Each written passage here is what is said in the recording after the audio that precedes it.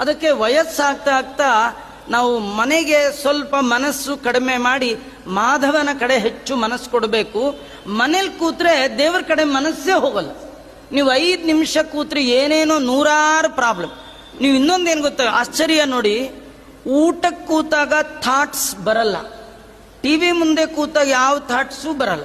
ನೀವು ದೇವರ ಮನೇಲಿ ಕೂತ್ಕೊಳ್ಳಿ, ಎಲ್ಲ ಯೋಚನೆಗಳು ಅದು ಇದು, ಪುರುಷ ಸೂಕ್ತ ಬರೋದೇ ಇಲ್ಲ, ವಿಷ್ಣು ಸಹಸ್ರನೇ ಇಲ್ಲ. ಆಗ್ಲೇ ಬಂದು ಯಾರೋ ಏನೋ ಮಾತಾಡಿಸ್ತಾರೆ, ಏನೋ ಸುದ್ದಿ ಹೇಳ್ತಾರೆ, ಏನೋ ಹೇಳ್ತಾರೆ, ಆಗ್ಲೇ ಟೆನ್ಷನ್ನು, ಆಗ್ಲೇ ಪೂಜೆಗೆ ಮನಸ್ಸೇ ಇಲ್ಲ, ಬೇಗ ಪೂಜೆ ಮಾಡಬೇಕು ಅನ್ನುವ ಭಾವನೆ, ಸ್ತೋತ್ರ ಎಲ್ಲ ನುಂಗುವ ಭಾವನೆ, ಹೀಗೆಲ್ಲ ಬರುತ್ತೆ ನಮ್ಗೆ.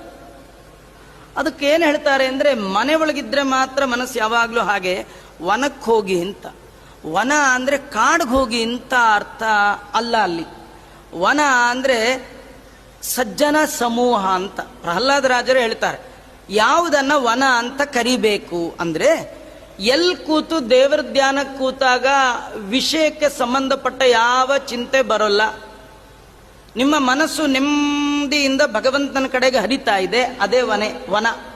ಅದೇ ನಿಜವಾದ ವನ ಯಾವುದಂದ್ರೆ, ಬೆಂಗಳೂರಿನಲ್ಲಿ ತುಂಬ ವನ ಇದೆ ರೀ, ಕಬ್ಬನ್ ಪಾರ್ಕ್ ಹೋಗಿ ಕೂತ್ಬಿಟ್ಟಿರ, ಅದಲ್ಲ ವನ.